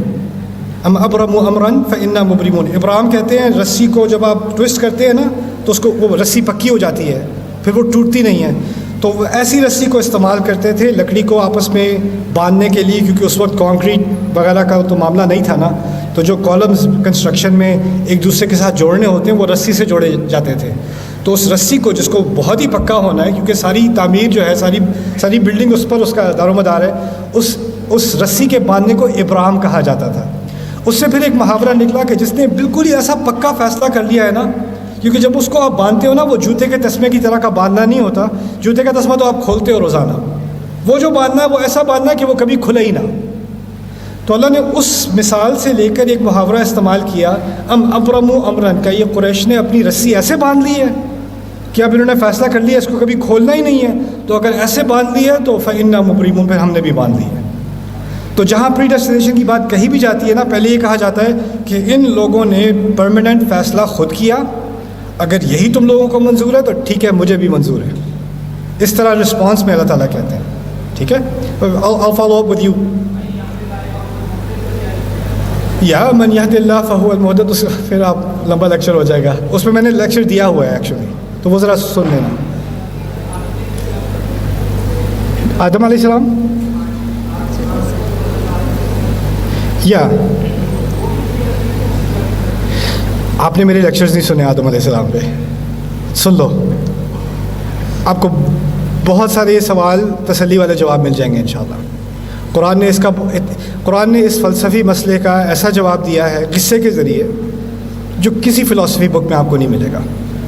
It's incredible, it's really incredible, and it is in the story of Adam علیہ السلام. So I like you to listen to that انشاءاللہ. Sir, one announcement. جی Dear students, please last question. It's last question and then we will be closing, please. Sir question کرنے سے پہلے میں چھوٹی سی چیزیں کلیئر کرنا چاہوں گا. سلطان کی مدد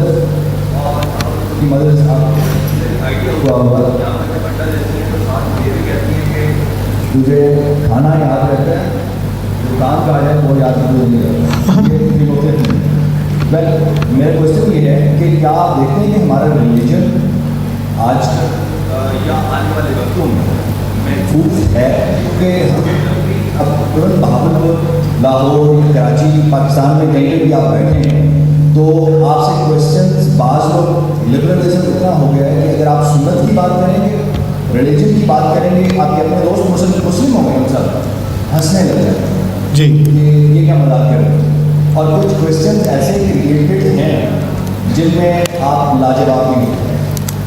فار ایگزامپل ٹرانسجینڈرس کے حوالے سے کیا آپ دیکھ رہے ہیں کہ اسلام کس طرح میں رائٹس دیتا ہے, ان کا لڑکے والا اسے جگہ میں ایسا ملے گا, لڑکی مطلب اس طرح کے بے بہا کوشچنس. اسلام کتنا سیف آپ دیکھ رہے ہیں, تھوڑا سا thank you for your question. اسلام کی اصل سیفٹی اس امت کے نوجوان لڑکے اور لڑکیاں ہیں. اسلام کا فیوچر آپ لوگ ہو, اور اگر آپ لوگ اس ذمہ داری پر پورے نہیں اترو گے نا تو اللہ تعالیٰ آپ کو ریپلیس کر دے گا. ان تتولوا یستبدل قوما غیرکم ثم لا یکونوا امثالکم. میرے نزدیک اسلام جس رفتار سے پھیل رہا ہے اور جس رفتار سے مسلمان عقلی طور پر مسلمان بن رہے ہیں, یعنی ایک تو ہے تراثی رائٹ, جو یعنی ہم مسلمان گھرانے میں پیدا ہوئے اس لیے مسلمان ہیں, لیکن جو شعوری مسلمان اب ہم بن رہے ہیں اس کی رفتار بھی پھیل رہی ہے. ٹھیک ہے, ساتھ میں انٹلیکچوئل کرائسس بھی آ رہے ہیں, ہمارے سامنے کرٹیسزمس بھی آ رہے ہیں, لیکن میرے نزدیک ان کرٹیسزمس کا جواب بھی اب سامنے آنا شروع ہو گیا ہے. اور میرے نزدیک آپ لوگ, آپ کی جو جنریشن ہے اس میں مجھے کرائسس بھی نظر آتا ہے, لیکن مجھے کرائسس سے زیادہ اپرچونٹی نظر آتی ہے. میں جہاں جہاں گیا ہوں پاکستان میں, میرے ذہن میں بار بار یہی چیز آتی ہے, opportunity opportunity opportunity opportunity opportunity. جب میں لوگوں سے بات کرتا ہوں وہ کہتے ہیں ہمیں تو بس کرائسس ہی نظر آ رہا ہے, یہاں تو کچھ بدلنے والا ہے ہی نہیں, یہاں تو بس حالات ہی خراب ہیں, ہماری تو قسمت ہی ایسی تھی, ہمارے ساتھ تو یار سب آگے نکل گئے, ہم پیچھے رہ جائیں, یہاں تو کچھ بھی نہیں ہو سکتا. ہم نے ایک ذہنیت بنا لی ہے کہ ہم ایک کرائسس میں ہیں. دیکھیں, آپ ہمارے دین نے ہمیں کچھ سکھایا ہے, آپ کی زندگی میں ہمیشہ چیلنجز ہوں گے, آپ نے فیصلہ کرنا ہوگا ان چیلنجز کو آپ نے ایک اپرچونٹی کی طرح دیکھنا ہے اور اس کا سامنا کرنا ہے, اور اس کے ذریعے سے آپ نے عظیم چیزیں اکمپلش کرنی ہے, یا آپ کے سامنے جو چیلنج آ رہا ہے اس کو دیکھ کے آپ نے گھبرا جانا ہے اور کہنا ہے اب کیا ہوگا اسلام کا. اللہ اپنے دین کی حفاظت کرے گا, اس کو ہماری ضرورت نہیں ہے, اس کو ہماری کوئی ضرورت نہیں ہے. ہم نہیں کریں گے تو کوئی اور آگے کر لے گا. ہمیں اعزاز دیا جا رہا ہے کہ موقع دیا جا رہا ہے کہ تم کر لو, تم سروس کر لو اس کی. اور یہ جو سوال آپ پوچھ رہے ہو transgender and this and that, ان سب سوالوں کے جوابوں میں پڑھنے سے پہلے میں ایک بنیادی جو اصل کرائسس ہے, اصل کرائسس یہ ٹرینڈز نہیں ہے, اصل کرائسس ہے کہ ہماری اکثریت کی بھی اکثریت, یہاں تک کہ دینی طبقات کی بھی اکثریت قرآن سے محروم ہو چکی ہے. قرآن میں جو سوچ ہے, قرآن کا جو تدبر ہے, قرآن کی آیات کے ذریعے سے جو فکر بنتی ہے, اس سے ہم ناواقف ہو چکے ہیں. دین کا سارا فوکس بن گیا ہے کچھ روایات کی طرف, یا کچھ حلیے کی طرف, یا کچھ بحثوں کی طرف, کچھ فکری بحثوں کی طرف. اب ہم نے دین کو اتنا ریڈیوس کر دیا ہے کہ اس کا انسان کے دل اور دماغ اور سوچ اس کی طرف وہ جاتا ہی نہیں کہ ہمارا دین کس طرح, ہمارا قرآن دنیا کو کس طرح بہترین بنا سکتا ہے, ہمارا قرآن کس طرح ہماری سوسائٹی کو بہترین بنا سکتا ہے, میرا قرآن مجھے اندر سے کس طرح قوت دے سکتا ہے کہ میں اپنی مشکلات کا سامنا کروں. قد جاءتکم موعظۃ من ربکم وشفاء لما فی الصدور. کہاں ہے وہ کلچر کہ ہم اللہ تعالیٰ کے قرآن سے اپنے دلوں میں جو چیز گزر رہی ہے اس کی شفا ڈھونڈ رہے ہیں؟ یہ تو اللہ نے کہا ہے نا شفاء لما فی الصدور. وہ کلچر کہاں ہے, وہ کہاں سکھایا جا رہا ہے؟ تو یہ میرے نزدیک جو قرآن ہوتے ہوئے قرآن کا نہ ہونا, یہ اصل کرائسس ہے. اور اگر یہ کرائسس ایڈریس ہو جائے تو باقی جتنے کرائسس آ رہے ہیں نا وہ مینیجبل ہیں, وہ ان کا کوئی اثر ہی نہیں ہونا. میں اپنے آپ سے پوچھتا ہوں, میں نے جب قرآن پڑھا اور ابھی بھی پڑھ رہا ہوں, تو میرا ایک نقطہ نظر ہے قرآن کے بارے میں، میری سوچ میں ایک چیز ہے، وہ کلمۃ اللہ ہی العلیٰ، اللہ کا کلام سب سے اونچا ہے. جب یہ چیز میرے اندر بیٹھ گئی تو ایسا نہیں ہے کہ میں جب یونیورسٹی میں تھا تو میرے سامنے اپوزنگ فلاسفیز نہیں آئیں، سائیکالوجی کے کانسیپٹس نہیں آئے، ایتھیزم نہیں آیا، کیا نام ہے اورینٹلسٹ اسٹڈیز نہیں آئی. کتنی تنقید ہو چکی ہے قرآن کے اوپر، اسلام کے اوپر، اس کے ایکسپرٹس پورے ویسٹرن ورلڈ میں ہیں. ان چیزوں کا مجھے بار بار سامنا کرنا پڑتا تھا. جو اسلام کی بنیادیں ہیں ان کو وہ ہلانے کی کوشش کرتے ہیں ہر موقع پر، ہر موڑ پر. تو میں اپنے بارے میں پوچھتا ہوں میں کیوں نہیں ہلا؟ کیونکہ بہت سارے میرے دوست ہیں جو ہل چکے ہیں، بہت سارے میرے دوست ہیں وہ دین چھوڑ چکے ہیں. وہ میرے ساتھ مسلمان تھے، ہم ساتھ اکٹھے نماز پڑھتے تھے، اب وہ ایگنوسٹک ہیں، اب وہ ایتھیسٹ بھی بن چکے، کچھ ایتھیسٹ بھی بن چکے ہیں. فرق کیا تھا میرے اس کے درمیان؟ فرق کیا ہے؟ وہ بھی انٹلیکچوئل ہے، وہ بھی اسمارٹ ہے، وہ بھی اسی یونیورسٹی میں گیا جہاں میں گیا تھا، اس نے بھی وہی مواد پڑھا ہے جو میں نے پڑھا تھا. فرق کیا ہے؟ ایک تو ہے اللہ یہدی من یشاء، ایک طرف جو آپ پری ڈیسٹینیشن کی بات کر رہے تھے، لیکن ایک اور مسئلہ بھی ہے. قرآن کی ایک فاؤنڈیشن ہوتی ہے، قرآن کی ایک بنیاد بن جائے نا تو آپ کسی بھی طوفان کا سامنا کر سکتے ہو. میں سوچتا ہوں پیچھے مڑ کے کہ اگر میں قرآن پڑھنے کے بجائے اگر میں نے فقہ پہ سارا زور دے دیا ہوتا اپنا، یا تاریخ پہ سارا زور دے دیا ہوتا اپنا، کیونکہ میرا دماغ ایسا میں ایک چیز پہ فوکس کر سکتا ہوں ایک دفعہ میں، تو مجھے کیڑا لگ گیا، میں نے قرآن پہ فوکس کرنا ہے. قرآن پہ فوکس کرنے سے اللہ تعالیٰ نے مجھے بچا لیا اسی کی وجہ سے. وَلَن تَجِدَ مِن دُونِهِ مُلْتَحَدًا، اس کے سوا تمہیں کوئی بچنے کی جگہ نہیں ملے گی، اس کے سوا کوئی پناہ نہیں ملے گی. یہ میری پناہ بن چکا تھا، اور میں چاہتا ہوں کہ تم سب کی پناہ بن جائے. میں چاہتا ہوں کہ باقی اسلامیات بھی پڑھو، اس میں ایکسلنس کرو، لیکن جو بنیاد ہے ہمارے دین کی اس کو بنیادی جگہ پہ تو رکھ دو. پہلے قرآن پورے دین کی بنیاد ہے، اس کو سامنے رکھ کے پھر سیرت پڑھو، اس کو سامنے رکھ کے احادیث کا مطالعہ کرو، اس کو سامنے رکھ کے فقہ پڑھو. تو یہ چیزیں جو ہیں یہ اب ہمیں میرے خیال سے تو اب ایک اسٹیٹ آف ایمرجنسی ہی ہے کہ کیونکہ ہم قرآن سے اتنے واقف نہیں ہیں. آپ سمپل سی آپ سے میں نے آج بات کی ہے یا ابتھی کے بارے میں، رائٹ؟ آپ میں سے ہاتھ اٹھا لو پہلے کون سن چکا یہ بات؟ اور یہ میں اس بات پہ فخر نہیں کر رہا کہ آپ نے پہلے یہ بات نہیں سنی، مجھے اس بات پہ افسوس ہے کہ ہم ان آیات سے محروم رہے ہیں. کیا ہی ہوتا کہ اگر آپ کے مدر اور فادر اپنے بچپن میں یہ آیات اس طرح سن لیتے، ان کی پیرنٹنگ پہ اثر پڑتا یا نہ پڑتا؟ اگر یہ باتیں خطبوں میں کی جاتی، ہمارے کلچرز میں، ہمارے محلوں میں اس کا اثر ہوتا یا نہ ہوتا؟ تو اب یہ بات آپ لوگ سن رہے ہو نا، تو آگے مستقبل پہ انشاءاللہ ان باتوں کا آپ پہ اثر ہو، آپ کی فیملی پہ اثر ہو، ان آیات کی ان کا نور آپ کے گھروں کے اندر جائے، تو ہم تو پوری جنریشنز بدل سکتے ہیں، پوری جنریشن. سو ابھی پیسمسٹک ہونے کی کوئی ضرورت نہیں ہے. The future is very bright بِإِذْنِ اللَّهِ, and it's going to be bright because of the hearts that carry Allah's book. So what I'm going to do now, I'm not going to take your questions. I'm going to walk up this way and then walk down that way. Okay? So and talk to as many of you as I can. Assalamu alaikum wa rahmatullahi wa barakatuh.